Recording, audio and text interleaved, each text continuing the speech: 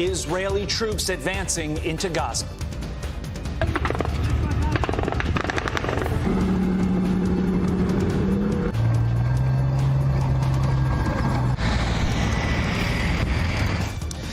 The IDF says it has Gaza's largest city surrounded and is ready to move in. Hundreds of Americans still inside Gaza. The White House says it is working to get them out, as well as our hostages released. Trey Inks live on the ground in Israel with the very latest. Trey. Yeah, hey, Todd, Carly, good morning. Some significant developments on the ground as Israeli forces say they have completed the encirclement of Gaza City.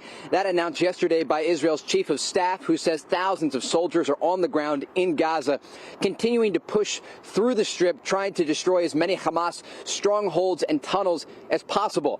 We do know those forces continue to push forward, but they are taking heavy losses. The Israelis say this week they've lost 23 soldiers inside Gaza. They've been ambushed by Hamas militants who are using RPGs and anti-tank guided missiles to try and hold those forces off.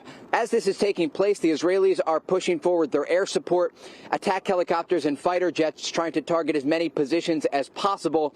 We do know today U.S. Secretary of State Antony Blinken on the ground once again meeting with the Israelis. We do expect the Biden administration to push for some sort of pause in the fighting to allow more humanitarian aid to get into the Strip and also let more of the foreign citizens to come out.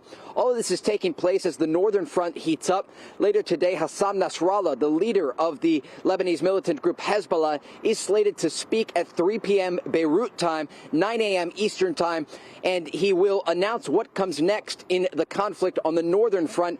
Last night, I asked Jonathan Conriquez, a spokesman for the Israeli military, what the Israelis make of this speech and what they can expect. They say they are preparing for an escalation in the north, but they have to be patient and wait for what comes next. As the fire does continue into northern Israel, the Israelis are striking different positions in southern Lebanon, hoping to send a message to Hezbollah to try and deter them from getting more involved in the fight.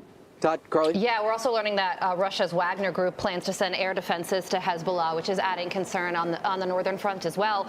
But Trey, the IDF has said that this war is going to take months, not weeks. But every update that we're getting shows that significant progress is being made in terms of the number of Hamas targets being taken out. And now that the IDF has encircled Gaza City. So where are we in this war, really, in your estimation?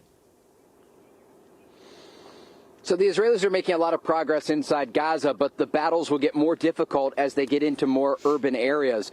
So the deeper into the city that they get, the more challenging the fight will be. The Israeli air support doesn't work as well in these heavily populated areas where there are tall buildings and an urban battlefield. So they're doing their job so far to encircle the city, as they've been told to do so by the military leadership in Israel. But as they push deeper into Gaza City, the fight will be more challenging. I'm curious, I want to get into a little bit more about this speech that we're expecting, like you said, later on today. Obviously, the concern is more of an effort from Hezbollah on the northern front. But the Israelis that you speak with, the IDF soldiers that you speak with, is there a real palpable concern that this could extend beyond just Hezbollah and Hamas and Iran serving as a help to the proxy? Could this expand to a much, much larger regional conflict following this speech today? Yeah, absolutely. And look, the Israelis so far behind the scenes say they believe Hezbollah is deterred up to this point because they see the American warships in the region.